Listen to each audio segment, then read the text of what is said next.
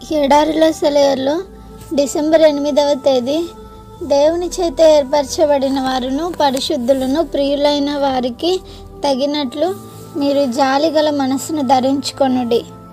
కొలసీలకు రాసిన పత్రిక 3వ అధ్యాయం 12వ వచనం. ఒక వృద్ధుడు ఎక్కడికి వెళ్ళినా ఒక డబ్బాలో నూనె తీసుకెళ్ళేవాడట. ఏదైనా తలుపు కిర్రుమని చప్పుడవుతుంటే కాస్త నూనెని ఆ తలుపు బందుల మధ్య పోసేవాడట.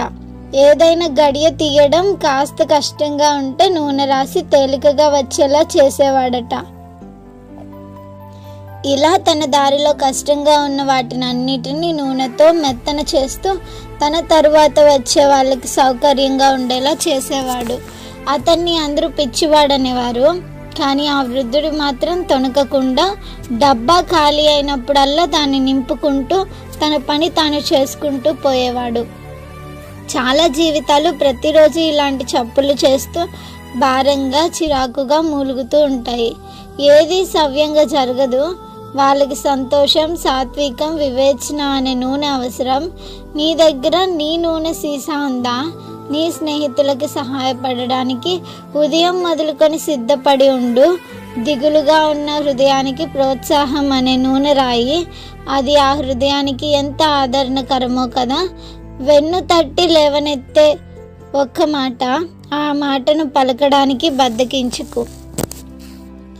జీవిత గమనంలో మన జీవితం కొన్ని జీవితాలకి ఒక్కసారి ఎదురవుతుంది. అక్కడి నుండి విడిపోయి మరెన్నటికీ కలుసుకోదు.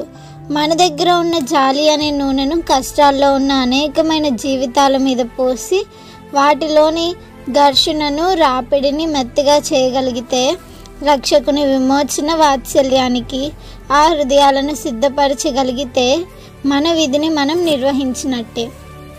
దిగులుగా ఉన్న వ్యక్తితో పలికిన ఒక ఆదరణ వాక్యం అతని హృదయంలో సూర్యోదయాన్ని కలుగజేస్తుంది.